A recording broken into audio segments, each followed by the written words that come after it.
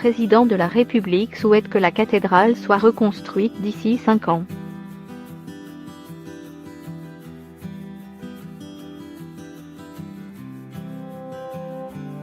Pour s'atteler à ce chantier dès maintenant, le Conseil des ministres de ce mercredi sera consacré à l'incendie de la cathédrale.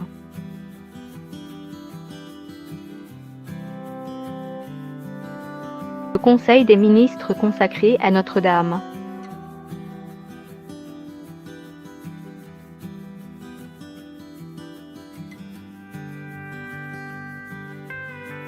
Nous rebâtirons la cathédrale plus belle encore et je veux que ce soit achevé d'ici 5 années, a déclaré Emmanuel Macron lors d'une courte allocution télévisée mardi soir à l'Élysée.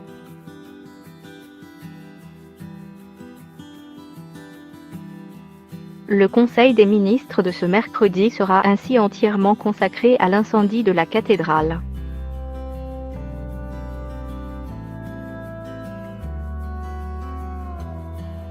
Le chef de l'État avait déjà promis de rebâtir Notre-Dame lundi soir lorsqu'il s'était rendu sur place et avait lancé, pour ce faire, une grande souscription nationale.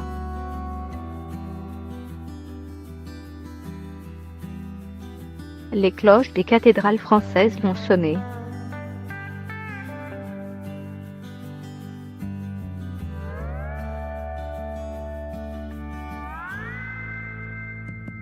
En hommage, les cathédrales françaises feront résonner leurs cloches ce mercredi à 18h50, à l'heure du début de l'incendie à Notre-Dame, a indiqué la Conférence des évêques de France.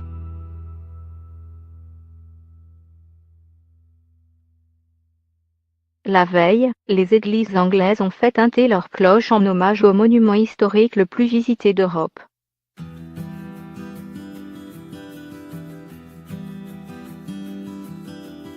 Mardi soir également, des centaines de personnes se sont réunies pour une veillée sous la statue de Saint-Michel à Paris.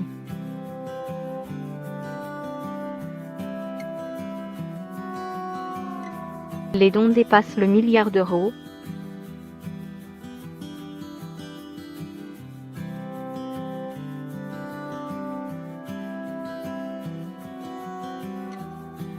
D'après les informations de RTL, près d'1 milliard d'euros de dons auraient déjà été promis pour la reconstruction de Notre-Dame.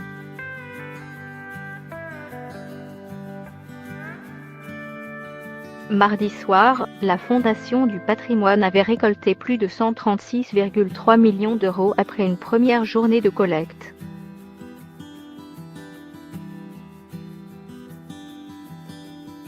Parallèlement, des grandes fortunes françaises ont également fait des dons comme les Bettencourt 200 millions d'euros, la famille Arnault ou encore la famille Pinault, qui s'était rapidement prononcée affirmant participer à hauteur de 100 millions d'euros.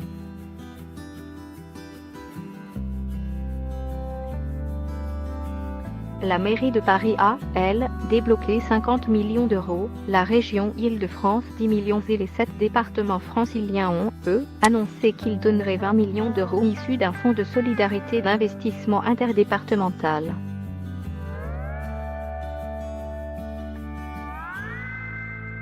Des investisseurs internationaux sont également attendus comme Apple, la Banque centrale européenne ou encore le pape François, qui ont tout promis à une participation financière.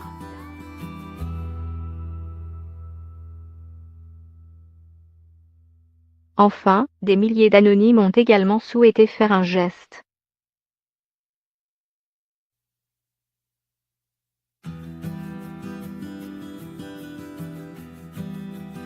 Le coq retrouvé.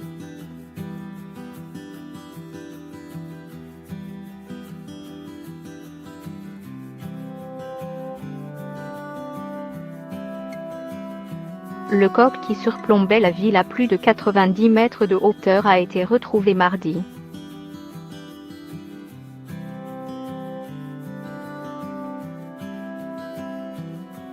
On le pensait pourtant perdu avec la chute spectaculaire de la flèche de Notre-Dame lundi soir, lors de l'incendie.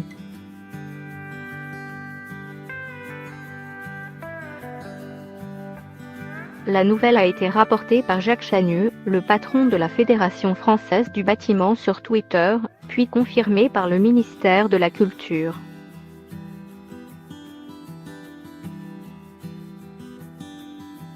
D'après Jacques Channeux, c'est l'un des adhérents du groupement des entreprises de restauration de monuments historiques GMH qui a retrouvé le coq dans les décombres.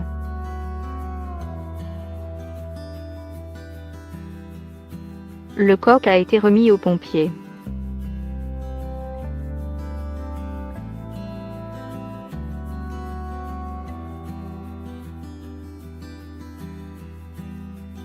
Le point sur l'enquête.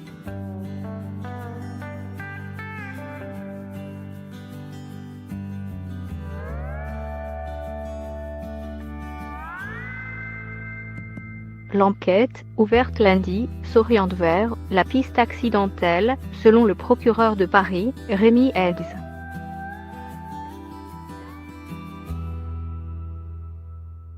Une trentaine de témoins des ouvriers présents lundi et des employés chargés de la sécurité de l'édifice ont déjà été entendus et d'autres le seront mercredi, a indiqué le parquet.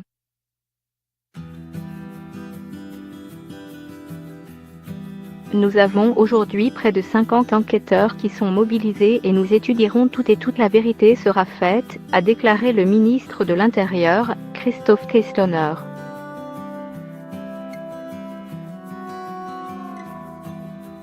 D'après les informations du Parisien, 2 agents de sécurité entendus ont indiqué aux policiers que le foyer de l'incendie était localisé à l'angle, c'est-à-dire à la base de la flèche de Notre-Dame, du côté Seine.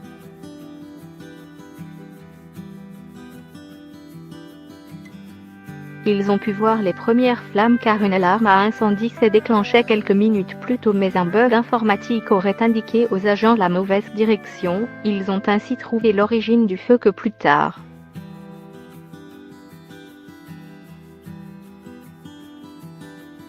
D'après une source proche du dossier cité par le Parisien, un court-circuit aurait pu causer l'incendie.